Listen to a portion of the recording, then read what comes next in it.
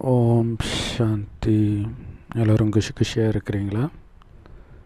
12/9/2024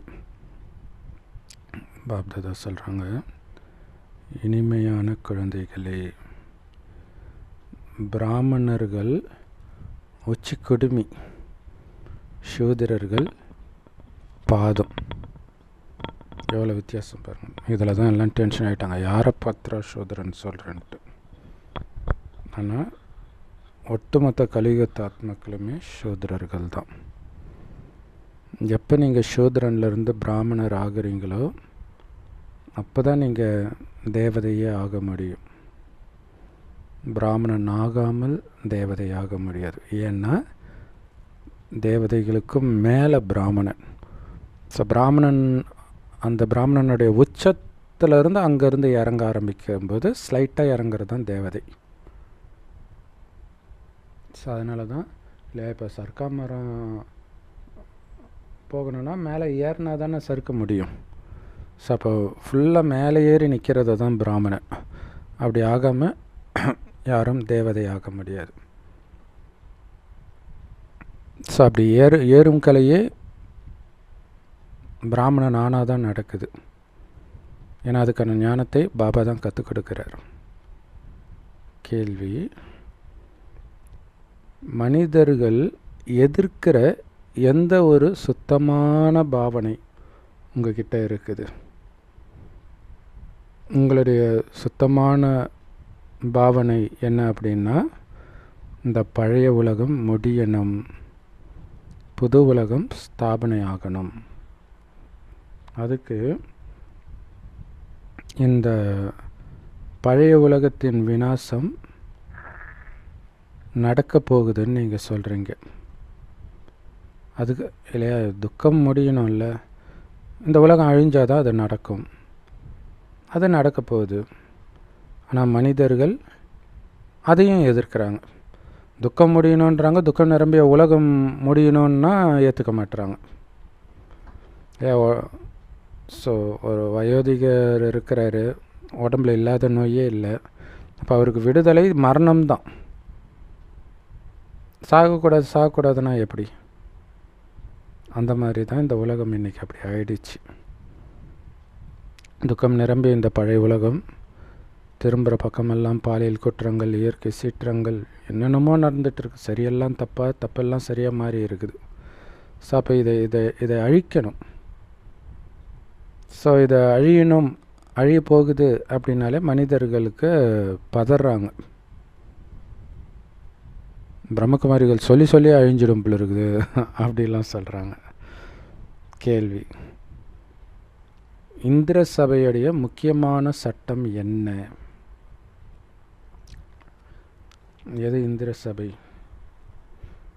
ஒவ்வொரு பிரம்மகுமாரி சென்டரும், கீதா பாடசாலையும், மதுபனும் இந்திர சபை தான். என்ன சட்டம்? ஒரு அழுக்கான சூத்திரன் கூட இந்திர சபைக்குள்ளே வரக்கூடாது. யாராவது அழுக்கானவங்களை நீங்கள் அழைச்சிட்டு வந்தீங்கன்னா, அழைச்சிட்டு வர்றவங்க தலையில் அந்த பாவம் விடியும். பாருங்களா, ஞானத்தை கொடுப்பதற்கு எடுத்துகிட்டு வந்தால் கூட பாவம் விடியுன்ற. அப்படி இருக்கும்போது அழுக்கானவர்களுக்கு சாப்பாடுலாம் போட்டு அவன் தப்பு பண்ணுறதுக்கு நீங்கள் உதவி பண்ணுறீங்க இல்லையா? நீங்கள் காசு கொடுத்தாலும் சாப்பாடு போட்டாலும் அந்த தெம்பு வந்ததுக்கப்புறம் என்ன பண்ண போகிறான்? பாவம் தான் பண்ண போகிறான். ஸோ அந்த பாவம் உங்கள் தலையில் விடியும். ஏன்னா தூய்மை, அந்த அசுரகுணத்தை விடாதவன், காமத்தை விடாதவன் சென்டருக்கு வர்றதுக்கு யார் காரணமாக இருக்கிறாங்களோ அவங்க தலையில் அந்த பாவம் சேர்ந்துடும் அப்படின்னு பாபா சொல்கிறார். ஓம் சாந்தி. ஆன்மீக தந்தை ஆன்மீக குழந்தைங்களுக்கு புரிய வைக்கிறார். நாம் மீண்டும் நம்முடைய தேவதைகளின் ராஜ்யத்தை நமக்காக ஸ்தாபனை பண்ணுறோம்.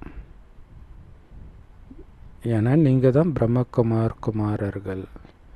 பிரம்மா மூலமாக புது உலகத்தை படைக்கிறாருன்னா பிரம்மாவின் குழந்தைகள் மூலமாகவும் படைக்கிறார். யாருக்காக? நமக்காகவே படைக்கிறோம்.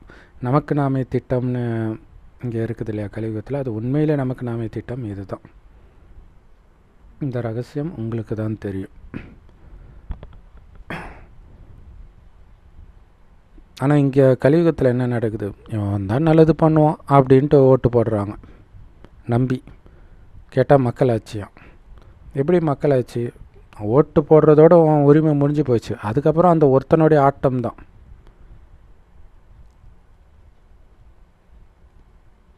ஆனால் உண்மையிலேயே நம்முடைய ஆட்சி சொர்க்கத்தில் தான்.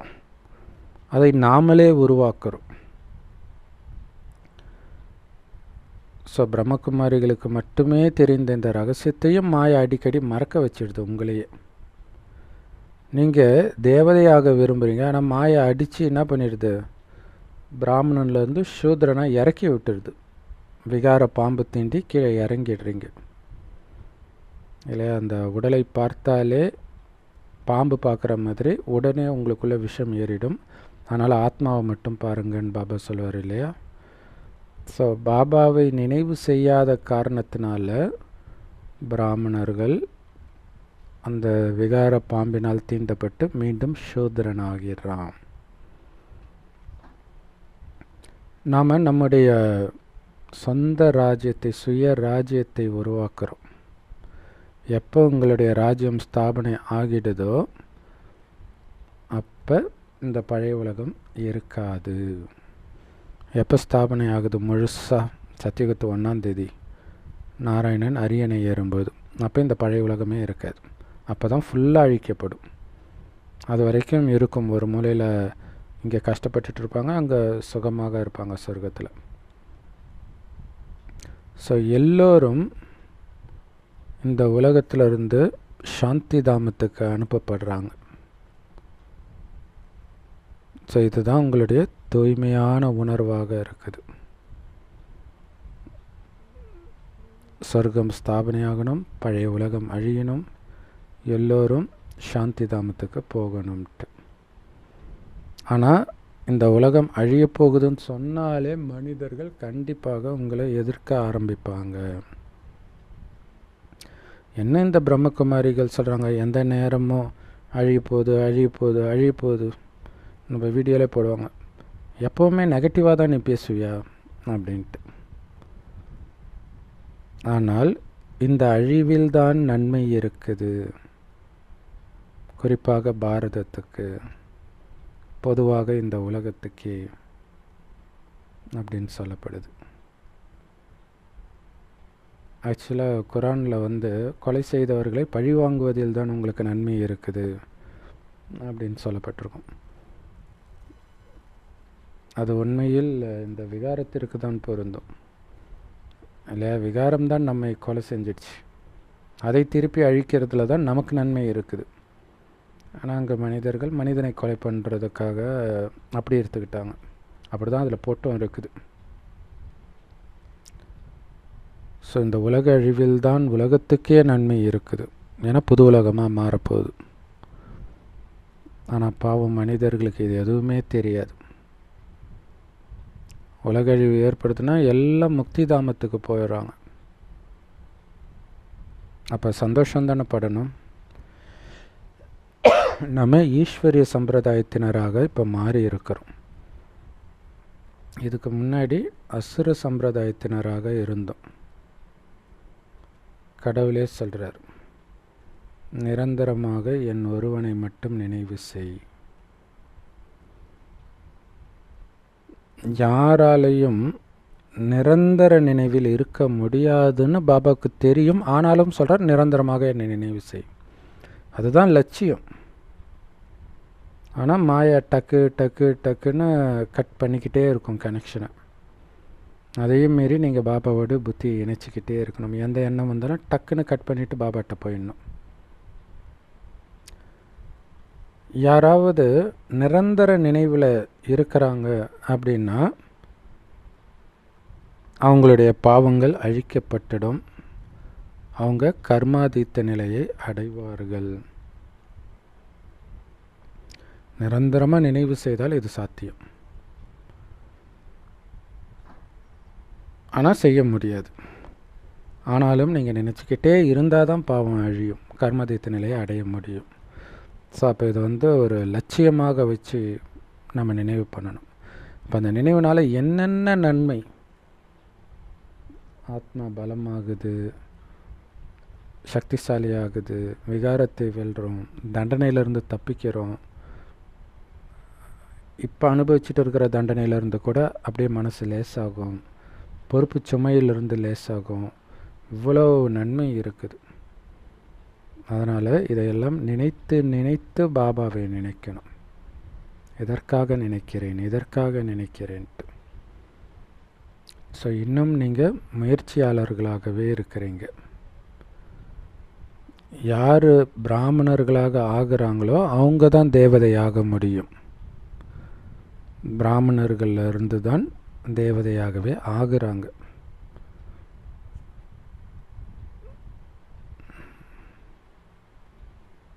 பாபா பிராமணர்களை தான் உச்சிக்குடுமி அப்படின்னு சொல்கிறார். ஸோ பிராமணர்கள் தான் உச்சிக்குடுமி. குழந்தைங்க குட்டிக்காரனை அடிக்கும் பொழுது பார்த்திங்கன்னா முதல்ல தலையை தான் தரையில் வைப்பாங்க. ஸோ அப்போ அதுக்கப்புறம் உச்சிக்குடுமி. பிராமணர்களுக்கு எப்போவுமே உச்சிக்குடுமி இருக்கும். ஸோ இப்போ தான் உச்சிக்குடுமி வைக்கிறதில்ல. நாங்கள் சின்ன வயசில் இருக்கும்போதெல்லாம் நிறைய பேர் உச்சிக்குடுமையோடு இருப்பாங்க. இப்போவும் இருக்கிறாங்க ஒரு சிலர். அப்போல்லாம் எல்லா பிராமணர்களுமே அப்படி இருப்பாங்க.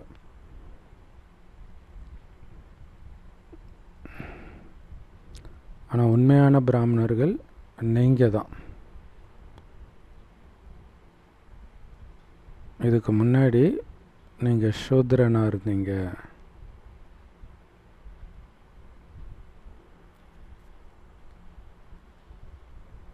ஸோ ஆக்சுவலாக குட்டிக்காரன் அடிக்கும்போது அந்த தலை இல்லாட்டினா குடுமி அதுதான் ஃபஸ்ட்டு கீழே படும் இல்லையா? அந்த மாதிரி மிக உயர்ந்த பிராமணர்கள் தான் அந்த காலச்சக்கரம் முடியும் போது முதல்ல கீழேயும் வராங்க இல்லையா? முதல் நம்பருக்கு போயின்ட்டு பிரம்ம பாபாவை தானே சொல்கிறாங்க. ஸோ அவர்களே மீண்டும் உச்சிக்குடுமையாகவும் மாறிடுறாங்க. அப்போ அந்த உச்சிக்குடுமி கால் கிட்ட இல்லையா? குட்டிக்காரன் அடிக்கும்போது காலும் தலையும் ஒன்றா சேரும். அந்த மாதிரி சூத்ரனும் தேவதையும் ஒன்றா சேர்கிற இடம் இந்த சங்கமயுகம். ஸோ குட்டிக்காரனும் இங்கே தான் ஸ்டார்ட் ஆகுது, அப்படியே தலைகீழாக மாறுது. ஸோ நீங்கள் தான் உண்மையான பிராமணர்கள். ஆனால் இதுக்கு முன்னாடி சூத்திரர்களாக பாதங்களாக இருந்தீங்க.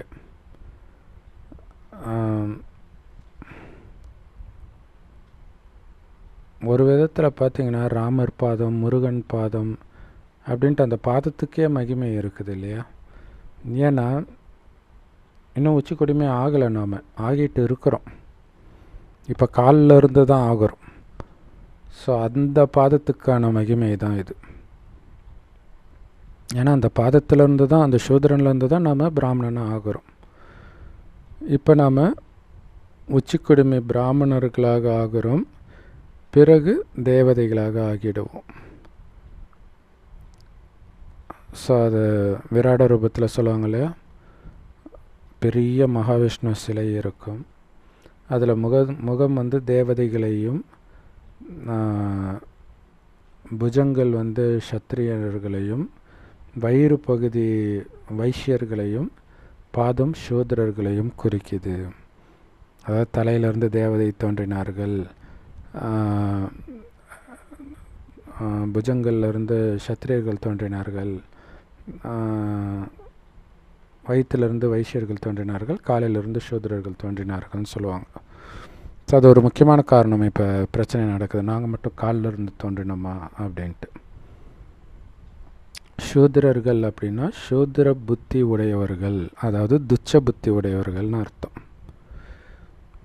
யாருக்கு அப்பாவை தெரியாதோ அவங்க துச்ச புத்தி உடையவர்கள்னு சொல்லப்படுறாங்க. உண்மையிலே பாபாவை இன்னும் இன்னும் அவங்க நிந்தனை தான் பண்ணிகிட்டு இருக்கிறாங்க. அதனால தான் பாபா சொல்கிறாரு, எப்போ நிந்தனை ஏற்படுதோ அப்பொழுது தான் நான் வருகிறேன். ஸோ பாபா வர்றதே பாரதவாசிகள் கிட்ட பேச தான். எவ்வளோ பெரிய விஷயம் இல்லை? நம்ம கிட்ட மட்டும்தான் பேசுகிறார். எங்கெல்லாம் கொடூரமான அதர்மம் இருக்குதோ, சரி, ஆமாம், அப்போ பாபா வரார். ஆனால் பாரதத்தில் தான் வரார். ஸோ எப்போ கொடூரமான அஞ்ஞான இருள் சொல்லுவாங்களே, அதர்மத்தின் உச்சம், அப்போ வரார் பாபா. எங்கே வரார்? பாரதத்தில் தான் வரார். எல்லா இடத்துக்கும் வர்றது கிடையாது. ஏன்னா பாரதம் தான் அழிவற்ற கண்டம். பாபா வர்றதுனாலே அது அழிவற்ற கண்டமாக இருக்குது. பாபாவும் அழிவற்றவர். அவர் மரண ஜனன சக்கரத்தில் வருவதில்லை, நுழைவதில்லை. இங்கே உட்காந்து அழிவற்ற ஆத்மாக்களாகிய உங்களுக்கு மட்டும்தான் இந்த ஞானத்தை பாபா கொடுக்கிறார். உடம்புக்கு, அழியக்கூடிய உடம்புக்கு கிடையாது. அதுக்கு தான் ஆத்மானு உணர்ந்து கேளுங்கன்றார். இப்போ நீங்கள் உடல் உணர்வை முற்றிலும் தியாகம் பண்ணிட்டீங்க.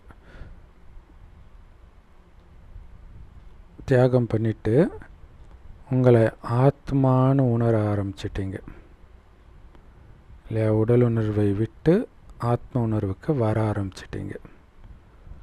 பாபா புரிய வைக்கிறாரு. ஹோலி பண்டிகையின் பொழுது கோக்கி அப்படின்ற ஒரு ஸ்வீட்டு செய்வாங்களாம். ஸ்வீட் சப்பாத்தி அப்படின்றாங்க. வடநாட்டில் இருக்கக்கூடிய ஒரு ஸ்வீட்டு போல் இருக்குது. அந்த ஸ்வீட்டை வந்து ஒரு நூலுக்குள்ளே விட்டு விட்டு செய்வாங்க போல் இருக்குது. ஸோ அதை நெருப்பில் வைக்கும்பொழுது அந்த ஸ்வீட்டு வந்து எரிஞ்சிடும். ஆனால் அந்த நூலுன்றது எரியாத மாதிரி, மேபி அந்த இது நைலான் அந்த மாதிரி, ஏதாவது நைலான் கூட எரியும் இல்லை, என்னன்னு தெரில, ஒருவேளை கம்பி அந்த மாதிரி இருக்குமோ தெரில, அது எரியாதான். அந்த மாதிரி தான் ஆத்மா ஒருபோதும் அழிகிறது கிடையாது. ஸோ இதன் அந்த உதாரணம் இதன் ஆதாரத்தில் தான் உருவாக்கப்படுது. அப்படி பண்டிகையில் அந்த ஸ்வீட்டை எரிக்கிற உதாரணம். ஸோ அதுக்குள்ளே நூல் இருக்கும் போல இருக்குது. ஸோ உள்ளே இருக்கிறது எரியலை, வெளியில் இருக்கிறது எரிஞ்சிடுது. அது உடல் எரிஞ்சிடுது, ஆத்மா எரியிறது கிடையாது. மனிதர்களுக்கு ஆத்மா அழிவற்றதுன்னே தெரியாது. எந்த காரியத்தினாலும் பாதிக்கப்படாதது ஆத்மான்னு சொல்கிறாங்க. அதாவது கர்மத்தின் பாவம் புண்ணியம் ஆத்மாவில் ஒட்டாதுன்னு நினைக்கிறாங்க, நிர்லேபுன்னு சொல்லுவாங்க. பாபா சொல்கிறார், அப்படிலாம் கிடையாது. ஆத்மாதான் தங்கள் உடல் மூலமாக நல்ல காரியங்களையும் கெட்ட காரியங்களையும் செய்யுது. ஆத்மாக்கள் தங்களுடைய உடலை விட்டுட்டு இன்னொரு உடலை எடுத்து அந்த இதுக்கு முன்னாடி செய்த உடல் மூலமாக செய்த கர்மத்திற்கான பலனை அனுபவிக்குது. ஸோ இதுதான் அப்படிலாம் கிடையாது அப்படின்னு தமிழ்நாட்டில் இப்போ பெரிய பிரச்சனை மகாவிஷ்ணு வச்சு ஓடிட்டு இருக்குது. ஆனால் மகாவிஷ்ணுவுக்கும் இது இவ்வளோ துல்லியமாக தெரியாது. அவரும் ஒரு அனுமானத்தில் தான் சொல்கிறார். ஆனால் இங்கே கடவுள் சொல்கிறார், அதன் ஆதாரத்தில் நம்ம சொல்கிறோம்.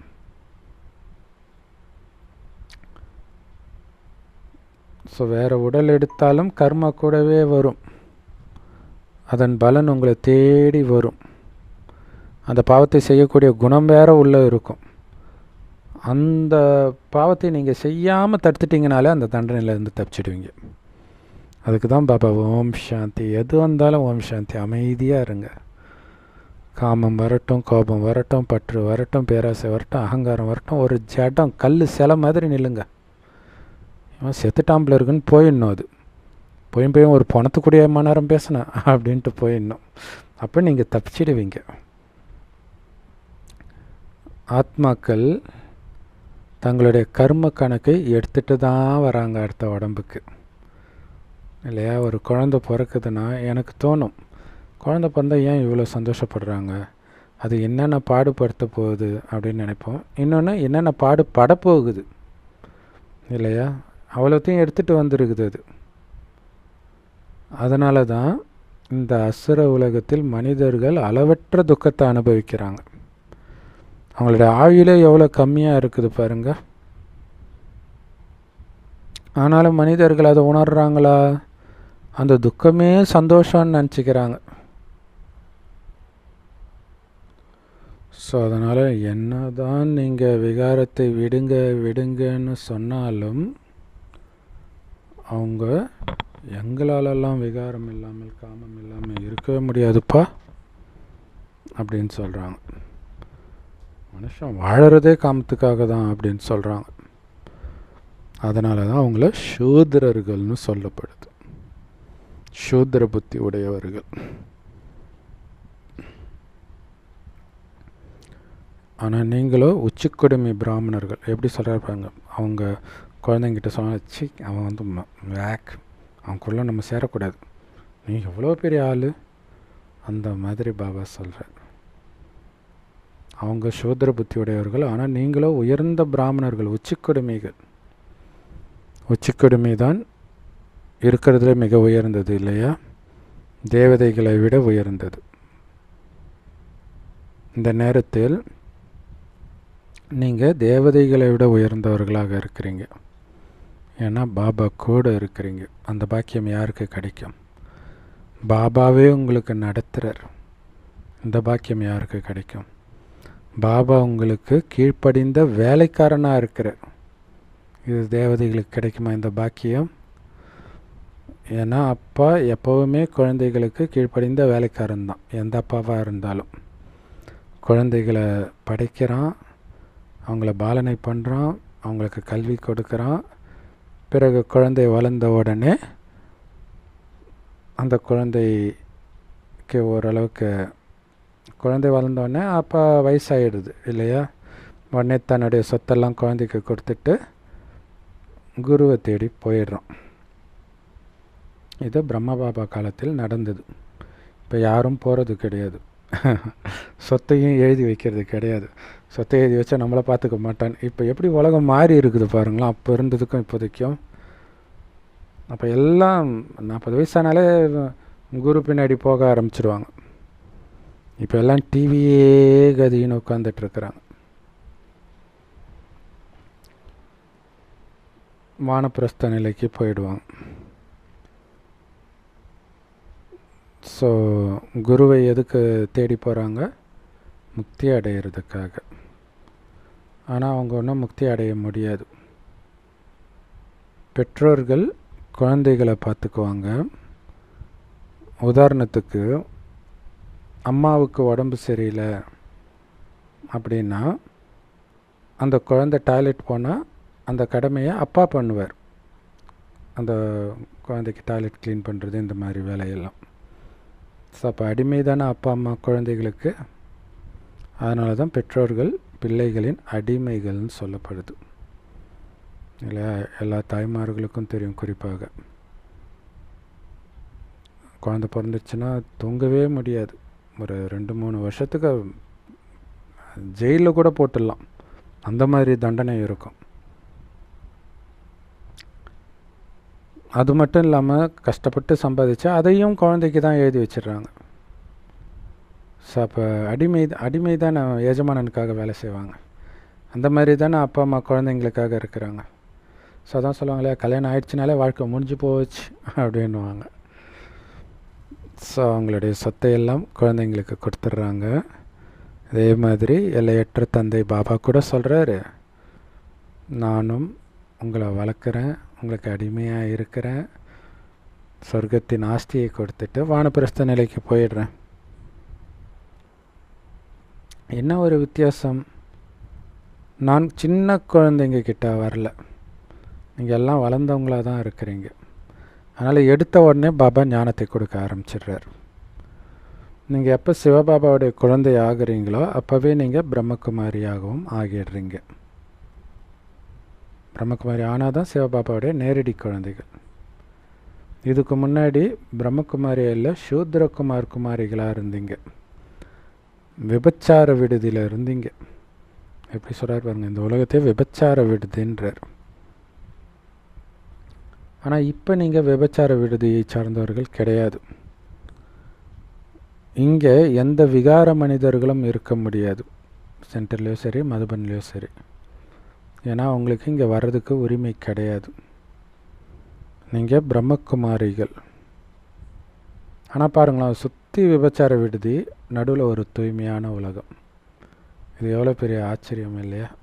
இப்போ நிஜமாகவே விபச்சார விடுதி குடும்பங்கள் இருக்கிற இடத்துல வச்சுருக்க மாட்டாங்க. போலீஸ் கம்ப்ளைண்ட் போகும் அப்படி இருந்தால், அல்லது ரகசியமாக வச்சுருப்பாங்க. ஆனால் பாபா சொல்ற ஒட்டுமொத்த உலகமே விபச்சார விடுதி தான். அதிலிருந்து உங்களை தனியாக விலக்கி வச்சிருக்கிறார். நீங்கள் பிரம்மகுமாரிகள்.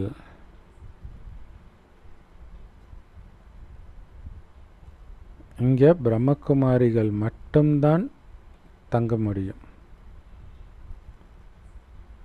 சில குழந்தைங்க ரொம்ப அடிமுட்டாளாக இருக்கிறாங்க.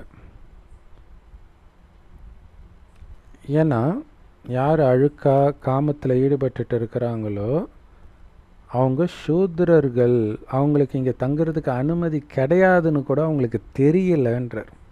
அப்படின்னா என்ன அர்த்தம்? சென்டரில் இருந்துகிட்டே விகார விஷயங்களை ஈடுபடுறாங்க, அதனால தான் அவங்கள முட்டாள்கள்ன்றாங்க.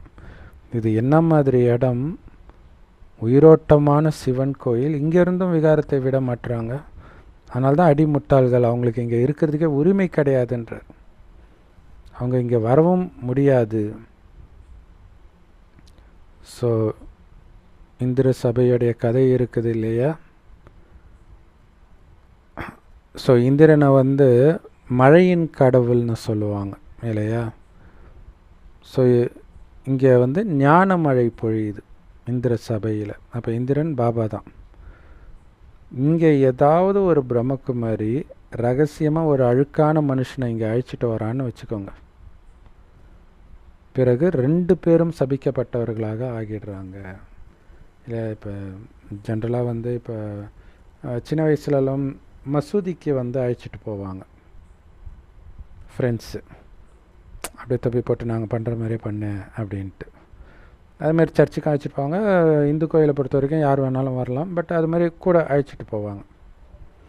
அதே பழக்க தோஷத்தில் இங்கேயும் அதே மாதிரி இங்கே என்ன தான் இருக்குது பாரான் அப்படின்ட்டு அழைச்சிட்டு வராங்க அஞ்ஞானிகளை, அழுக்கான மனிதனை. அப்படின்னா 2 பேரும் சபிக்கப்பட்டவர்கள் ஆவாங்க. கல்லாக போ அப்படின்ட்டு. ஏன்னா அவங்களுக்கு தெரியல, பாபா கண்ணுக்கு தெரியாததுனால பாபாவுடைய பவர் அவங்களுக்கு தெரியல. அப்புறம் புத்தி வேலை செய்யாது, அது ஒரு காரணமாக இருக்கலாம். நிறைய பேர் மனநலம் பாதிக்கப்பட்டவர்களாக பாபா குழந்தைகளே இருக்கிறது, அல்லது பாபா குழந்தைகளுக்கு அந்த மாதிரி குழந்தைகள் பிறக்கிறது. போன ஜென்மத்தில் அப்படி அழைச்சிட்டு வந்திருக்கலாம். ஸோ இப்போ அப்படி ஆகி அதோடைய தண்டனையை அவங்களே அனுபவிக்க வேண்டியதாகவும் இருக்குது. ஸோ இது உண்மையான இந்திர சபை. இது ஒன்றும் சூத்ர குமாரிகளுடைய சபை, ஆன்மீக சத்சங்கம் கிடையாது.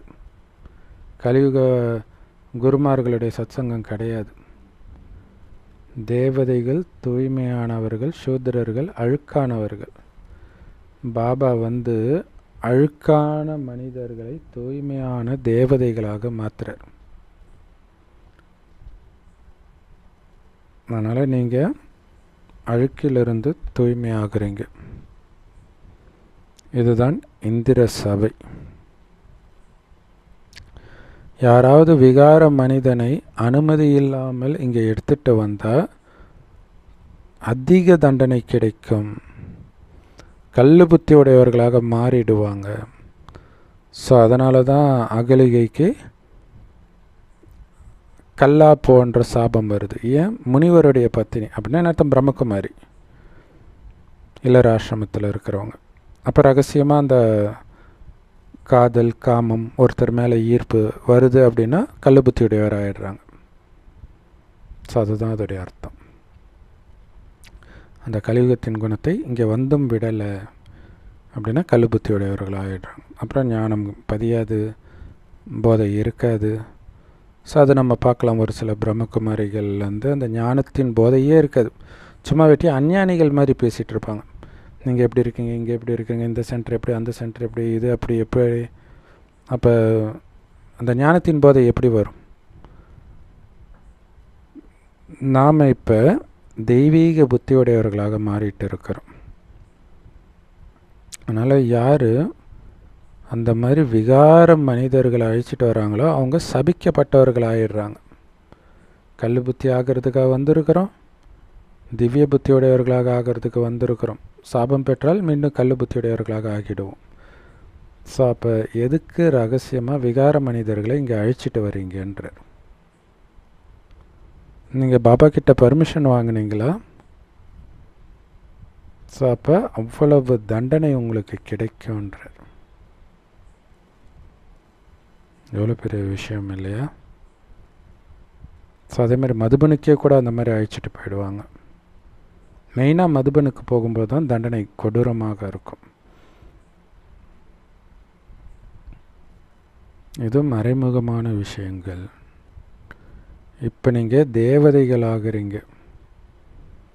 இங்கே கடுமையான சட்டங்கள் இருக்குது.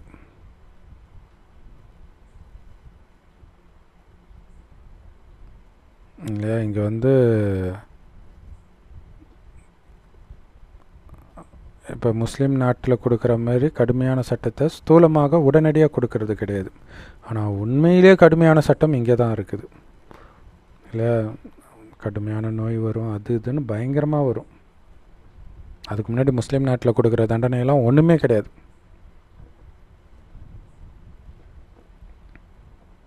உடனடியாக கிடைக்காதனால உங்களுக்கு அதை சீரியஸாக எடுத்துக்கிறது கிடையாது. ஸோ அப்படி நீங்கள் விகார மனிதர்களை பர்மிஷன் இல்லாமல் அழிச்சிட்டு வரீங்க அப்படின்னா உங்களுடைய மனநிலை விழுந்துடும், கல் புத்தியுடையவர்களாக ஆகிடுவீங்க. ஏன்னா அந்த விகார எண்ணங்களோட அந்த வாயுமண்டலமே கெட்டு போகும். உட்காந்துட்டு பிரம்மகுமாரி சிஸ்டரையே இச்சையாக பார்த்தா, பிரதரையே இச்சையாக பார்த்தா, அதுக்காக தான் அவங்கள 7 நாள் கோர்ஸு வெளியிலே தான் கொடுப்பாங்க இல்லையா? அப்போ வெளியில் கொடுக்கும்போதே தெரியும் இது பக்காவான ஆத்மாவா இல்லையான்ட்டு. ஸோ பக்காவாக இருந்தால் திரும்ப கண்டினியூ பண்ணி வர சொல்லுவாங்க. இல்லாட்டினா 7 நாள் கோர்ஸ் முதல்ல முடிக்கவே மாட்டாங்க. அப்படியே 2 நாள் ஓகே முடிஞ்சிச்சு போங்கன்றுவாங்க.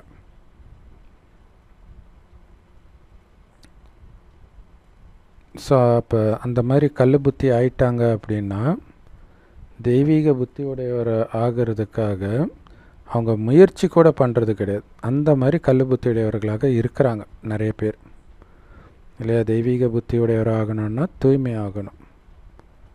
ஸோ இந்த விஷயங்கள்லாம் குப்தமான விஷயங்கள், அதாவது மறைமுகமான விஷயங்கள். குழந்தைகளால் மட்டும்தான் இதை புரிஞ்சிக்க முடியும்.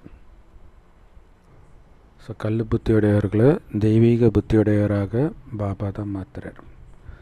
தன்னுடைய இனிமையிலும் இனிமையான குழந்தைங்க கிட்ட சொல்கிறாரு, குழந்தைகளே, நான் கொடுக்குற எந்த சட்டத்தையும் நீங்கள் மீறக்கூடாது, எந்த சட்டத்தையும் உடைக்கக்கூடாது, லா பிரேக்கராக இருக்கக்கூடாது. நாம் லா மேக்கர் இல்லையா? ஸ்ரீமத் படி நடக்கிற இந்த முறையை வைத்து தான் உலகியல் சட்டமே இயற்றப்படுது.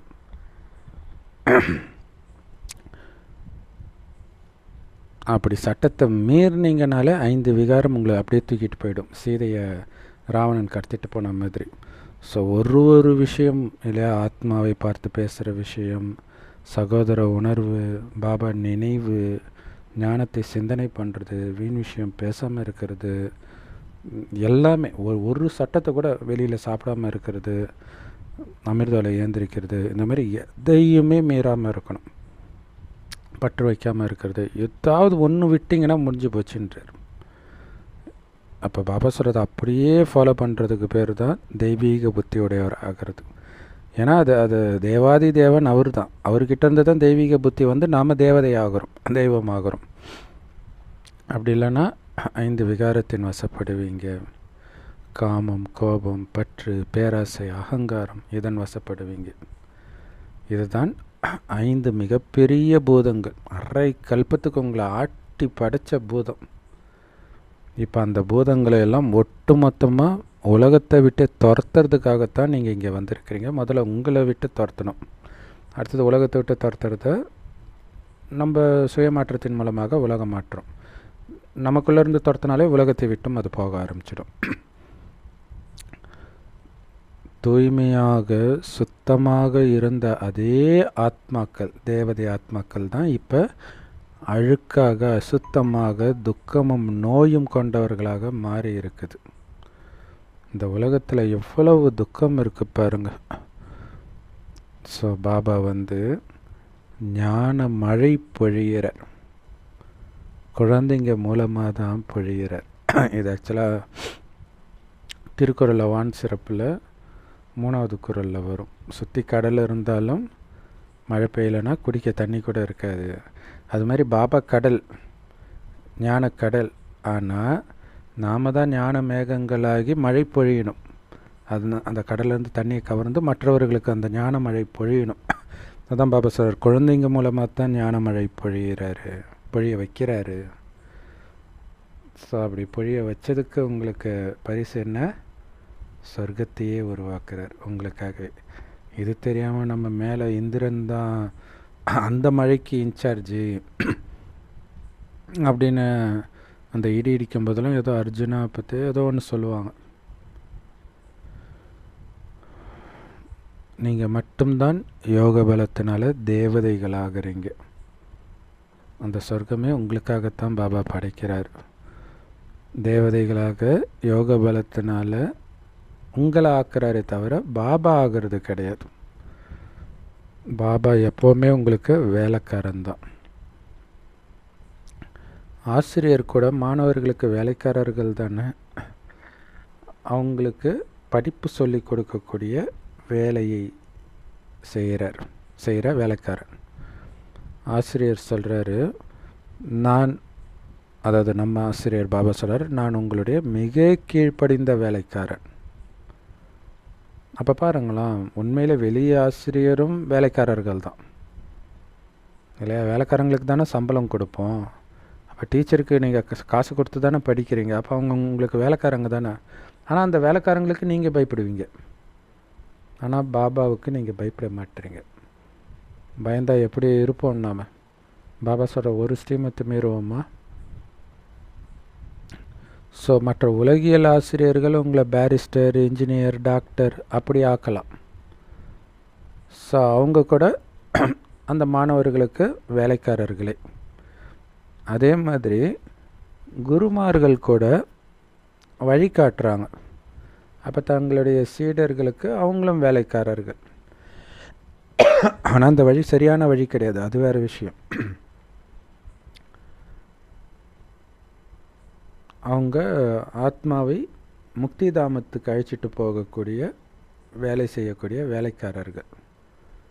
ஆனால் உண்மையிலேயே எந்த குருவும் முக்தி தாமத்துக்கெலாம் அழைச்சிட்டு போக முடியாது. காரணம், அவங்களே அழுக்காக இருக்கிறாங்க. முதல்ல அவங்க அழுக்க நீக்கிறது எப்படின்னு அவங்களுக்கு தெரியாது. அவங்க எப்படி மற்றவர்கள் அழுக்க நீக்க முடியும்?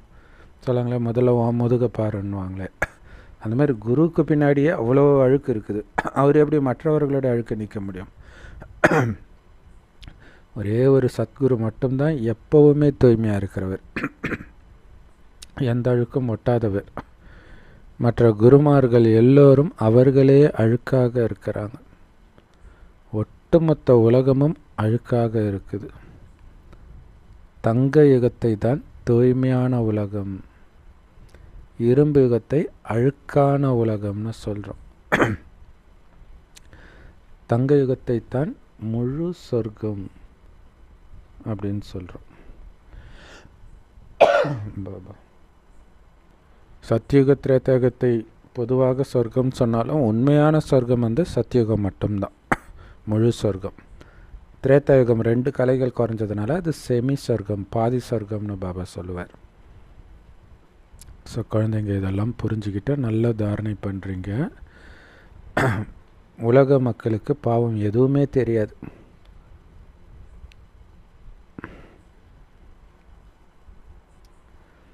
ஒட்டுமொத்த உலகமும் சொர்க்கத்திற்கு வராது. பாரதவாசிகள் தான் முந்தைய கல்பத்திலும் சொர்க்கத்தில் இருந்தார்கள், அவர்களே தான் மீண்டும் இருப்பார்கள். சத்தியுக திரேதாயுகத்தில் தேவதை ஆவாங்க. பாபா பாரதவாசிகள்னு சொல்கிறதே சத்தியுக திரேதாயுகத்தில் இருந்தவர்களை தான் பாரதவாசின்றாங்க. இப்போ பாரதத்தில் இருக்கிற எல்லாரையும் சொல்கிறது கிடையாது. துவாபர யுகத்தில் தங்களை ஹிந்துக்கள்னு சொல்ல ஆரம்பிச்சிட்டாங்க. இப்போ வரைக்குமே மேலிருந்து இந்து தர்மத்துக்கு வந்துட்டு தான் இருக்குது ஆத்மாக்கள். பரந்தாமத்திலேருந்து அவங்களும் தங்களை இந்துக்கள் தான் கூப்பிட்டுக்கிறாங்க. ஆனால் அவங்க தேவதை ஆகிறதும் கிடையாது, சொர்க்கத்திற்கு போகிறதும் கிடையாது. அவங்கவுங்க நேரத்தில் தான் வருவாங்க. இல்லை, இப்போ இந்து தர்மத்தில் இருக்கிற எல்லாரும் சொர்க்கத்துக்கு வரப்போகிறது கிடையாது. மற்ற தர்மத்தில் உள்ள யாருமே வரப்போகிறது கிடையாது. இந்த தர்மத்தில் எல்லாரும் வரப்போகிறது கிடையாது. ஸோ அந்த சொர்க்கத்தில் இருந்த ஆத்மாக்கள் அது எந்தெந்த தர்மத்தில் இருக்குதோ அது வரும். துவாபர யுகம் ஆரம்பித்த பிறகு மற்ற தர்மங்கள் அவங்கவுங்க நேரத்துக்கு வருவாங்க. குறிப்பாக இந்து தர்மத்து ஆத்மாக்களே தங்களை இந்துக்கள்னு சொல்லிக்குவாங்க.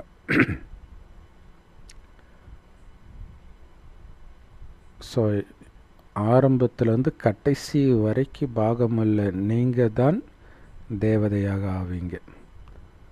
ஸோ நாடகத்தில் இது மிகப்பெரிய யுக்தியாக உருவாக்கப்பட்டிருக்குது. ஆனால் நிறைய பேருடைய புத்தியில் இது உட்கார்றதே கிடையாது.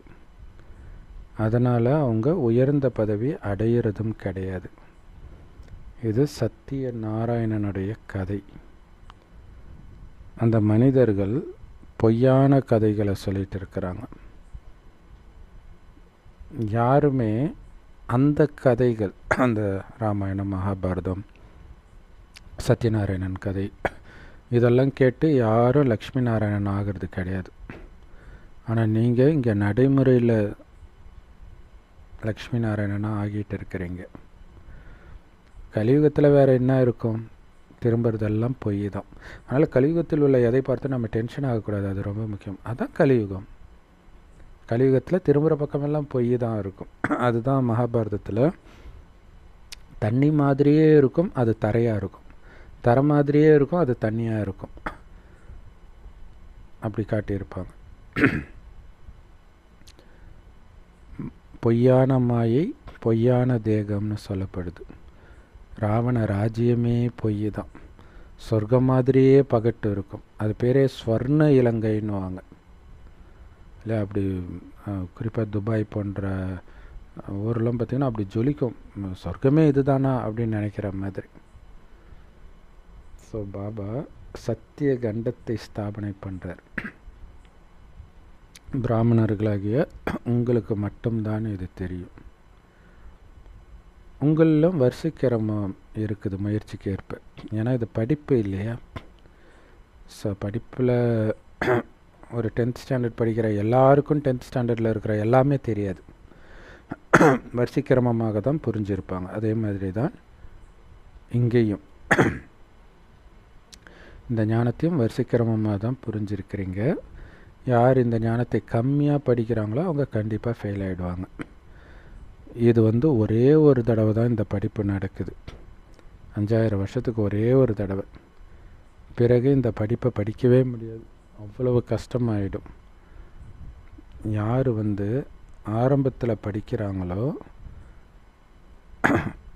பிறகு தங்களுடைய உடலை விட்டுட்டு போயிடுறாங்களோ அவங்க அந்த சமஸ்காரத்தையும் எடுத்துகிட்டு போயிடுவாங்க.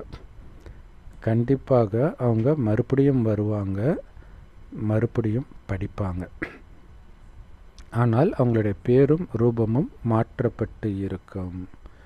கண்டுபிடிக்க முடியாது இல்லையா? இந்த ஞானம் அவங்கள பிடிச்சி இழுக்கும். இப்போ நம்மளாம் பாபா குழந்தையாக இருந்திருப்போம் போன ஜென்மத்தில். அதனால தான் டக்குன்னு புரியுது இல்லை? டக்குன்னு ஆமாம், இது ரைட்டு அது ரைட்டு அப்படியே கடன்னு சேவை செய்ய ஆரம்பிக்கிறது. இது எல்லாமே பார்த்திங்கன்னா முந்தைய ஜென்மத்தில் அப்படி விழுந்து சேவை செஞ்ச அந்த சமஸ்காரம் பிடிச்சி இழுத்துருக்கும். ஆனால் நம்ம என்ன நினச்சிருப்போம், இதே மாதிரி தான் எல்லோரும் இருப்பாங்கன்னு நினச்சிட்டு கூட்டு பார்ப்போம். இல்லை 1008 காரணம் சொல்லுவாங்க பாருங்கள் சேவை செய்யாமல் இருக்கிறதுக்கு. அப்படியே காதில் ரத்தம் வரும். இல்லை பாபா மனச சேவை தான் முக்கியம்னு இருக்கிறார். நான் மனசில் இருந்துக்கிட்டே சேவை செய்கிறேன் இப்படின்னுவாங்க. ஸோ அப்போ அவங்க மேபி போன ஜென்மத்திலே சேவை செய்யாமல் இருந்திருக்கலாம், அல்லது இப்போ தான் ஞானமே அவங்களுக்கு கிடைச்சிருக்கலாம்.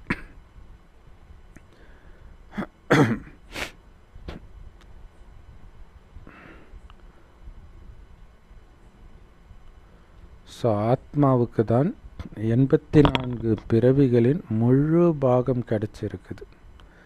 அதை வெவ்வேறு பெயர், உடல், காலம், இடம் கொண்டு நடிக்குது இல்லையா? ராஜராஜ சோழன் காலத்திலும் நாம் இருந்தோம். ஒவ்வொரு காலத்திலும் நாம் இருந்திருப்போம். ராஜராஜ சோழனாவே கூட இருந்திருக்கலாம், நமக்கு தெரியாது. ஸோ ஆரம்பத்தில் இருந்திருக்கிறோம். வெளிநாட்டில் பிறந்திருப்போம், சில சமயம் மற்ற மதத்தில் கூட பிறந்திருக்கலாம், அல்லது நமக்கு மற்ற மதத்தினர் பிறந்திருக்கலாம். அதாவது அவங்க நமக்கு பிறப்பாங்க, அப்புறம் அந்த மதத்துக்கு போயிடுவாங்க. இப்போவும் அது மாதிரி இருக்கிறாங்களே, அப்பா அம்மா ஒரு மதமாக இருப்பாங்க, குழந்தைங்க மதம் மாதிரி இருப்பாங்க. அப்படின்னு அர்த்தம், அந்த தர்மத்தை ஆத்மா இங்கே பிறந்திருக்குன்னு அர்த்தம். அந்த சின்ன ஆத்மாவுக்கு எவ்வளோ பெரிய உடல் கிடச்சிருக்குது பாருங்க, எவ்வளோ பெரிய பாகம் கிடச்சிருக்கு பாருங்க. அது எவ்வளோ பெரிய ஆச்சரியம் இல்லையா? நிறைய பேர் அந்த உடம்பு ஜிம்பாடி ஏற்றிட்டு அந்த திமிரில் என்னென்னமோ பாவம் செய்வாங்க. ஆனால் உள்ளே இருக்கிறது ஒரு குட்டி புள்ளின்றது ஞாபகம் இல்லை. அப்படி இருந்தால் இந்த மாதிரி உடம்பை ஏற்றுறதுக்கு முதல்ல நேரத்தை வீணாக்க மாட்டாங்க. ஸோ ஒவ்வொரு மனிதனுக்குள்ளேயும் அல்லது உயிரினத்துக்குள்ளேயும் ஆத்மா இருக்குது. சின்ன கொசுவில் கூட குட்டி ஆத்மா இருக்குது. ஸோ இதெல்லாம் ரொம்ப அதிசூக்ஷ்மமான விஷயங்கள், புரிஞ்சிக்க வேண்டிய விஷயங்கள். எந்த குழந்தைங்க இதை நல்லா புரிஞ்சுக்கிறாங்களோ அவங்க தான் வெற்றி மாலையில் மணியாக மாறுவாங்க. மற்றவர்களும் ஒரு பைசாவுக்கு பிரயோஜனம் இல்லாத பதவியைத்தான் அடைவாங்க. உங்களுடைய பூந்தோட்டம் இப்போ உருவாகிட்டு இருக்குது. இதுக்கு முன்னாடி நீங்கள் முட்களாக இருந்தீங்க. பாபா சொல்கிறாரு, அதிலும் இந்த காம விகாரத்தின் முள்ளு தான் இருக்கிறதுல ரொம்ப ரொம்ப கெட்டது, கடுமையானது அப்படின்னு பாபா சொல்கிறார். ஸோ அதனால தான் அதிலேருந்து வெளியில் வர்றது அவ்வளோ கஷ்டமாக இருக்குது. ஸோ அதோடைய ஆரம்பத்துலேருந்து கடைசி வரைக்கும் அது துக்கம் கொடுத்துக்கிட்டே இருக்குது. நல்லா தூய்மையாக இருப்பாங்க, திடீர்னு பார்த்தா அந்த காம சிந்தனை திடீர்னு மேலோங்கும். ஆச்சரியமாக இருக்கும், எப்படி தூய்மையாக தானே இருக்கிறோம், எப்படி தோணுது? திடீர்னு கணவனை பார்க்கும்போது விகார எண்ணம் வந்துக்கிட்டு இருக்கும், அல்லது மனைவியை பார்க்கும்போது விகார எண்ணம் வந்துட்டுருக்கும். காரணம் என்ன? ஆத்மான்னு பார்க்குற பயிற்சி இல்லாதது இருக்கும். அது இல்லாமல் நிறைய மேபி வெளியில் சாப்பிட்றது இருக்கும், வேலை பார்க்குற இடத்துல விகாரிகளோட தானே வேலை பார்க்குறாங்க. ஸோ அந்த வைப்ரேஷன், வழியில் சினிமா பாட்டு கேட்டிருக்கலாம், இந்த மாதிரி ஏதோ ஒன்று தூண்டி விட்டுருக்கும், அல்லது அழகான யாரையாவது பார்த்துருக்கலாம். ஸோ ரொம்ப ரொம்ப எச்சரிக்கையாக இருக்கணும். அதனால தான் பார்த்தும் பார்க்காம இருங்க, உடலையே பார்க்காதீங்க, ஆத்மாவை பாருங்க அப்படின்னு பாபா திரும்ப திரும்ப சொல்கிறார். ஸோ அதை அப்படியே ஃபாலோ பண்ணால் தான் தப்பிப்பீங்க. இந்த சின்ன சின்ன அலட்சியத்தில் தான் நீங்கள் மாட்டிக்குவீங்க. ஏன்னா அந்த உடம்பே அப்படி தான் இருக்கும். இது வந்து விகார உடல் இல்லையா?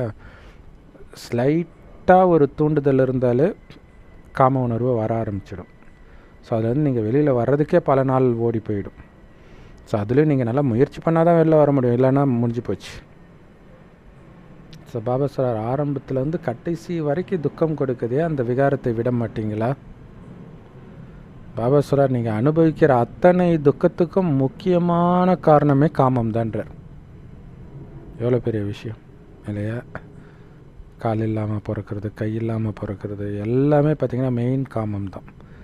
அது வந்து அந்த சிலைகள், ஆபாச சிலைகள் இன்டர்நெட்லலாம் இருக்கும் இல்லையா, சில கோயில்களில், அதில் பார்த்திங்கன்னா தெரியும், அவங்க காமத்தில் ஈடுபட்டுட்டு இருப்பாங்க, கால் இருக்காது, இல்லாட்டினா கை இருக்காது, அல்லது கை கால் ரெண்டும் இருக்காது. ஸோ அந்த சிலைகளை நீங்கள் பார்க்கும்போது கவனித்து பாருங்கள், அது உடஞ்சி இருக்காது, செய்யும்போதே அப்படி செஞ்சுருப்பாங்க. பார்க்குறது நம்ம என்ன நினச்சிக்கோம், சரி கை உடஞ்சிச்சுப்பில் இருக்கு, அது அப்படி கிடையாது. இந்த விகாரத்திற்கு அவர்களுக்கு கிடைத்த தண்டனை அது. அந்த தண்டனை கிடைத்தும் அதை உணராமல் மீண்டும் மீண்டும் விகாரத்தை விடாமல் விகாரத்தில் மூழ்கி கிடக்கிறாங்க. அப்படின்னும்பொழுது என்ன பண்ணுறது? ஸோ பெரும்பாலும் பார்த்திங்கன்னா அந்த மாதிரி உடல் ஊனமுற்றவர்களே திருமணம் பண்ணிக்குவாங்க. ஏன்?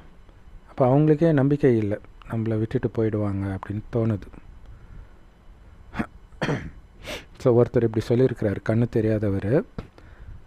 அவர் மற்றவங்க கிட்ட பேசும்போது சொல்லுவார், ஐயோ கண்ணு தெரிகிற நல்ல பொண்ணெல்லாம் எனக்கு வேணாம்ப்பா, எனக்கு கண்ணு தெரியாது, நான் இருக்கும்போது இன்னொருத்தனை கூப்பிட்டு வந்தா என்ன பண்ணுறது, எனக்கு எப்படி தெரியும், அதனால் என்ன மாதிரியே கண்ணு தெரியாத பொண்ணை தான் நான் கல்யாணம் பண்ணிக்குவேன். அவங்க வாழ்க்கை கொடுக்கல, பயம் அப்படி அவங்கள பண்ண வைக்கிது. ஸோ அதை புரிஞ்சுக்கணும். ஸோ துக்கத்துடைய முக்கியமான காரணமே காமம் தான்றார். காமத்தை வெல்வதனால் மட்டும்தான் நீங்கள் உலகத்தையே வெல்ல முடியும். ஸோ அப்போ யோசிச்சு பார்க்கலாம், ஒரு தட்டில் காமம், இன்னொரு தட்டில் உலகம், ரெண்டும் சமமாக இருக்குது. இந்த காமத்தை ஜெயிச்சிட்டிங்கன்னா உலகம் உங்களுக்கு தான், காமத்தில் விழுந்துட்டிங்கன்னா முடிஞ்சு போச்சு. அப்போ ஒரு உலகத்தையே காமத்துக்காக தியாகம் பண்ணுவாங்களோ, அதை இப்போ நிறைய பேர் கேட்குறாங்க. இப்போ இந்த மலையாள நடிகர்கள் மேலே பாலியல் குற்றம் வரும்போது சில நடிகைகள் சொல்கிறாங்க, யோசிச்சு பாருங்கள், இது எப்படிங்க ஒரு பெரிய ஸ்டாராக இருக்கிறவர் ஒரு நைட்டு காமத்துக்காக தன்னுடைய பேரை இழந்துடுவாரா?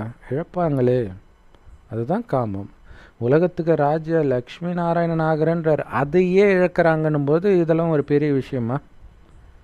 அதான் காமம் புத்தியை மயக்க வச்சிடும். ஸோ அதனால தான் மனிதர்கள் ரொம்ப ரொம்ப கஷ்டப்படுறாங்க. இந்த காமத்தை விட முடியாமல் தான் ரொம்ப கஷ்டப்பட்டு தான் தூய்மை ஆகிறாங்க இல்லையா? அதாவது கணவன் டார்ச்சர் பண்ணுறான் தூய்மையாக இருக்க விடாமன்னு ஒரு பிரச்சனை. அவன் தூய்மையாக இருக்க விட்ட பிறகு இவங்களுக்குள்ளேயே காம எண்ணம் வர்றது. அப்போ தான் அவங்களுக்கே தெரியும், ஓ நமக்குள்ளேயே இந்த விஷயம் இருக்குதுன்ட்டு. ஸோ அதைத்தான் ரொம்ப கஷ்டப்பட்டு வெல்றாங்க. யார் முந்தைய கல்பத்தில் தூய்மை ஆனாங்களோ அவங்க தான் மீண்டும் தூய்மை ஆவாங்க. ஸோ அப்போ இந்த தடவை தூய்மை இழந்தோன்னா ஒவ்வொரு கல்பத்திலும் இழந்து ராஜ்யத்தையும் இழந்துடுவேன்றதை புரிஞ்சிக்கணும். யார் முயற்சி பண்ணுறாங்களோ அவங்க தான் உயர்ந்ததிலும் உயர்ந்த தேவதைகளாக ஆவாங்க. ஸோ அதை நாம் தெரிஞ்சுக்கலாம். அவங்கவுங்க முயற்சியை பொறுத்து இவங்க உயர்ந்த தேவதை ஆவாங்களா இல்லையான்னு தெரிஞ்சுக்கலாம். சாதாரண மனிதன்லேருந்து நாராயணனாகவும் சாதாரண பெண்லேருந்து மகாலட்சுமியாகவும் மாறிட்டு இருக்கிறோம். புது உலகத்தில் கணவனும் தூய்மையாக இருப்பார், மனைவியும் தூய்மையாக இருப்பாங்க. எப்படி இருக்கும்? ஆனால் இப்போ 2 பேருமே அழுக்காக இருக்கிறாங்க.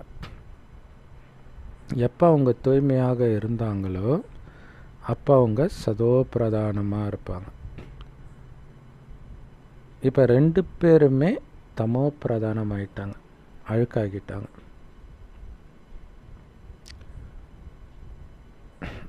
ரெண்டு பேருமே இப்போவே இங்கேயே முயற்சி செஞ்சு சதோ பிரதானம் ஆகணும். இன்னொரு சான்ஸ் கொடுக்கப்பட மாட்டாது. கடவுள் ஒருவரே, வருவதும் ஒரே டைமு, நமக்கு கிடைக்கிற வாய்ப்பும் ஒரே தடவை தான். சன்னியாசிகள் இந்த ஞானத்தை கொடுக்க முடியாது இல்லையா? இன்னொரு விஷயம், உலகம் அழிகிற ஸ்டேஜுக்கு வந்துடுச்சு. இப்போ அலட்சியமாக இருந்து உடலை விட்டீங்கன்னா, பாபா சொல்லிட்டார், குழந்தைங்க கிட்ட நான் பேசலைன்றார் இன்றைக்கி முரளியில். பெரியவங்க கிட்ட தான். ஏன்னா அதை புரிஞ்சிக்கிறதுக்கே முதல்ல ஒரு வயசு ஆன பிறகு தான் புரியும். ஸோ இப்போ விட்டால் அவ்வளோதான், வாய்ப்பு இல்லைன்னு புரிஞ்சுக்கணும். அதுலேயும் எப்போ உயிர் போகும்னு தெரியாது. அதுக்கு தான் இப்பொழுது இல்லையில் எப்பொழுதும் இல்லைன்றது தான் நம்மளுடைய ஸ்லோகன். சந்நியாசிகள் இந்த ஞானத்தை கொடுக்க முடியாது. அந்த துறவர மார்க்க தர்மமே தனி, அதுக்கும் இல்லற மார்க்கத்திற்கும் சம்மந்தம் கிடையாது. அவங்களுக்கு தெரிஞ்சதெல்லாம் பொண்டாட்டியை விட்டுட்டு ஓடிவா. இங்கே அப்படி கிடையாது. கணவன் மனைவி ஒன்றாக இருந்து தூய்மை ஆகிறதுக்கான வழியை கணவன் மனைவி இருவருக்கும் பாபா கற்றுக் கொடுக்குறார். இது பாபா. ஆனால் சர்ச்சில் திருமணம் ஆகிறதுக்கு முன்னாடி எப்படியெல்லாம் காமத்தில் ஈடுபடணும்னு கற்றுக் கொடுப்பாங்க, கிளாஸ் எடுப்பாங்களாம்.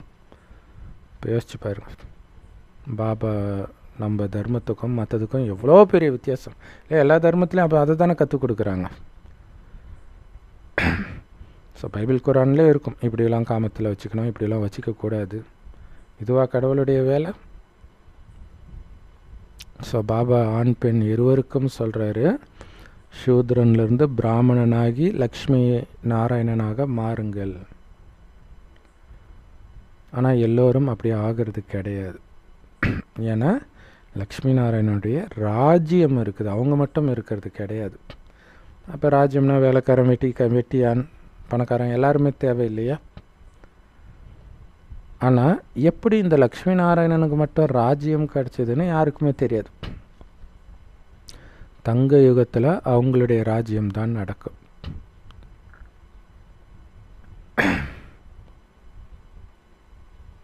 மனிதர்கள் என்ன புரிஞ்சுக்கிறாங்க அப்படின்னா, தங்க யுகமே லட்சக்கணக்கான வருடங்கள் இருந்ததுன்னு புரிஞ்சுக்கிறாங்க. இதுக்கு பேர் தான் அஞ்ஞானம், அறியாமைன்னு பாபா சொல்கிறார். இது முட்களின் காடாக இருக்குது, சொர்க்கமோ மலர்களின் தோட்டம், பூந்தோட்டம். இங்கே வர்றதுக்கு முன்னாடி நீங்கள் அசுரர்களாக இருந்தீங்க, இப்போ அசுரர்லேருந்து தேவதையாக மாறிட்டு இருக்கிறீங்க. கடவுள் பாதி மிருகம் பாதின்னு சொல்கிறாங்களே, அந்த மிருகத்தை வரவிடக்கூடாது, அழிச்சிடணும். யார் உங்களை தேவதைகளாக மாற்றுறாங்க? எல்லையற்ற தந்தை மாத்துறார். எப்போ தேவதைகளுடைய ராஜ்யம் இருந்ததோ அப்போ அங்கே யாருமே கிடையாது, நாம் மட்டும்தான் இருப்போம், நம்ம தர்மம் மட்டும்தான் இருக்கும். எவ்வளோ சூப்பராக இருக்கும். இப்போ நம்ம பார்க்குறோம்ல, உண்மையெல்லாம் பொய்யா, பொய்யெல்லாம் உண்மையாக சொல்கிறது. பாபா சொல்கிற ஞானத்தை வெளியில் சொன்னாலே அந்த கர்ம கணக்கெல்லாம் பாபா சொன்னது தான். ஆனால் சாத்தானுடைய ராஜ்யம் எப்படி இருக்குது, அதுக்கு எவ்வளோ எதிர்ப்பு தெரிவிக்குது. இந்த பிரச்சனையெல்லாம் நம்ம ராஜ்யத்தில் இருக்காது, எப்படா அங்கே போவோன்னு இருக்கணும். ஸோ பாபாவே நம்மளை தேவதை ஆக்கிறார். தேவதைகளுடைய ராஜ்யம் இருக்கும் பொழுது மற்ற தர்மங்களே இருக்காதுன்னு நம்ம மட்டும்தான் புரிஞ்சுக்கிறோம். ஸோ யார் இதை புரிஞ்சிக்கலையோ அவங்கள அழுக்கானவர்கள்னு சொல்லப்படுது. ஏன்னா இதை புரிஞ்சிக்கலைன்னா அவங்க எங்கே தூய்மை ஆகிறதுக்கு முயற்சி பண்ண போகிறாங்க. இது பிரம்மகுமார் குமாரிகளின் குழு. மனிதர்கள் ஏதாவது அசுரத்தனமான காரியம் செஞ்சால் அவங்களுக்கு அவங்களே சபிச்சிக்கிறாங்க, கல் புத்தியுடையவர்களாக ஆகிறாங்கன்னு புரிஞ்சுக்கணும். ஸோ பாபா குழந்தைங்களே சொல்கிறார் இல்லையா, பாபா குழந்தை ஆகியும் நீ அசுர குணத்தை வெளிப்படுத்துகிற, காமம், கோபம், மெயினாக இந்த ரெண்டு. அப்போ உனக்கு நீயே சாபம் கொடுத்துக்கிறன்ற. ஸோ அப்போ பாருங்கள், அந்த சிலை நான் சொன்னேன் இல்லையா, காமத்தில் ஈடுபடுற சிலை. அப்போ காமத்தில் ஈடுபடும்போது அவங்களுக்கு அவங்களே சாபம் கொடுத்துக்கிறாங்க, கை இல்லாமல் போ, கால் இல்லாமல் போன்ட்டு.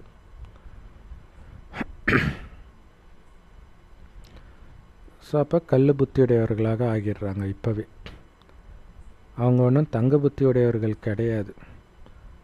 அவங்க நரனிலிருந்து நாராயணனாக ஆக போகிறதும் கிடையாது. ஸோ அதோடைய நிரூபணம் அவங்க செய்கிற காரியத்தில் தெரியுது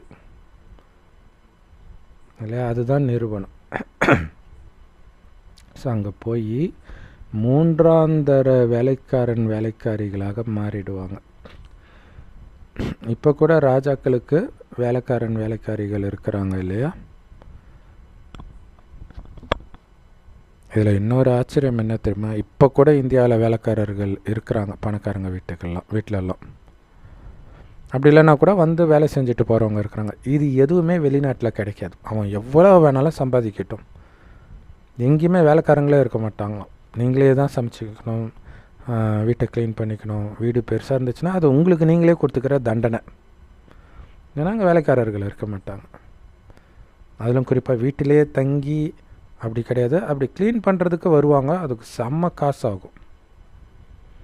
இப்போ இந்தியாவில் கடைசி வரைக்கும் பிறக்கிறதே ஒரு பெரிய கொடுப்பனை தான்.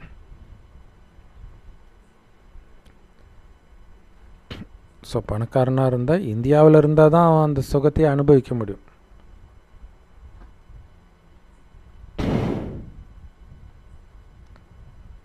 சில மனிதர்களுடைய செல்வம் மண்ணோட மண்ணாக போகும்னு சொல்லப்படுது.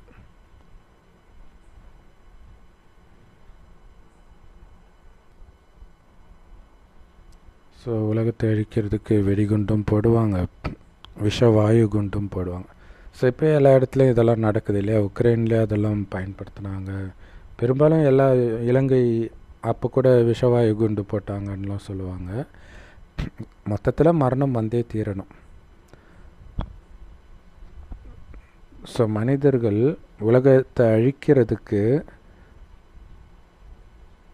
மனிதனுடைய உதவியும் தேவையில்லை, மற்ற ஆயுதம் அதாவது ஏரோப்ளேன், ராக்கெட் அந்த மாதிரி உதவியும் தேவையில்லை. வீட்டில் உட்கார்ந்தபடியே ஒரு சுவிட்சை தட்டினா இலக்கை போய் தாக்குற மாதிரி கண்டுபிடிக்கிறாங்க. எல்லா இடத்துலையும் அப்படி இருக்குது இல்லையா? ஆனால் இதைத்தான் ஃபுல் அலர்ட்டில் வைக்க சொல்லியிருக்கிறேன் அப்படின்னு ரஷ்ய அதிபர் புட்டின் மிரட்டிட்டு இருப்பார். ஜஸ்ட்டு ஒரு சுவிட்ச் அமுத்துற வேலை தான் அங்கே. ஸோ உட்கார்ந்த இடத்துல அவங்களால பாம்பை இப்போ அனுப்ப முடியும். அது விஷத்தை பரவ செய்யுமா? எப்படின்னா ஒரு செகண்டில் எல்லாரும் எந்த வழியும் இல்லாமல் இறந்து போயிடுவாங்க. பல கோடி மக்கள் இறப்பாங்களாம். அப்படி அது சாதாரண விஷயம் கிடையாது இல்லை. தங்க யுகத்தில் ரொம்ப கம்மியான பேர் தானே இருப்பாங்க. அப்போ மற்றவர்களெல்லாம் கண்டிப்பாக அதுக்கு முன்னாடி சாந்தி தாமம் போய் இருக்கணும் தானே. அதுதான் ஆத்மாவுடைய உண்மையான வீடு. தங்க யுகத்தைத்தான் சொர்க்கம்னு சொல்கிறோம், இரும்பு யுகத்தைத்தான் நரகம்னு சொல்கிறோம். இந்த நாடகம் சுற்றிக்கிட்டே இருக்குது. நீங்கள் அழுக்காகிறதுனால இது துக்கம் நிரம்பிய உலகமாக மாறுது. பாபா பிறகு சுகதாமத்துக்கு அழைச்சிட்டு போகிறார்.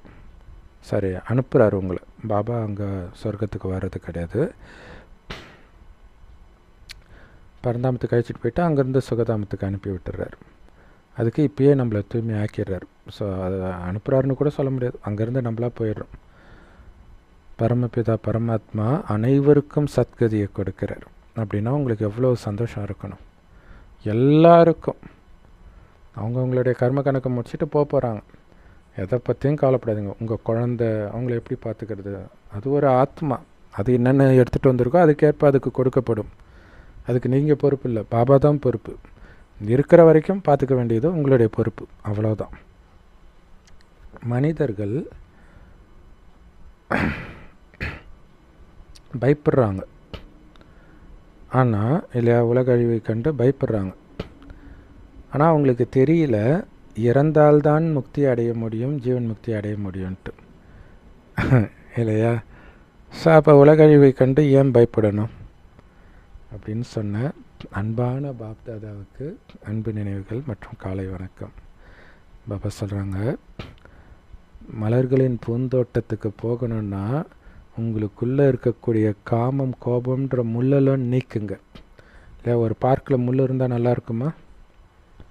அந்த மாதிரி பூந்தோட்டத்துக்கு நீங்கள் போகணும். அப்போ உங்களுக்குள்ளே எந்த முள்ளும் இருக்கக்கூடாது. இங்கே பாருங்கள், இங்கே இருக்கக்கூடிய ரோஜா செடியில் கூட முள் இருக்குது. சொர்க்கத்தில் மனிதன் மனதுக்குள்ளேயும் முள் இருக்காது, வெளியிலையும் முள் இருக்காது.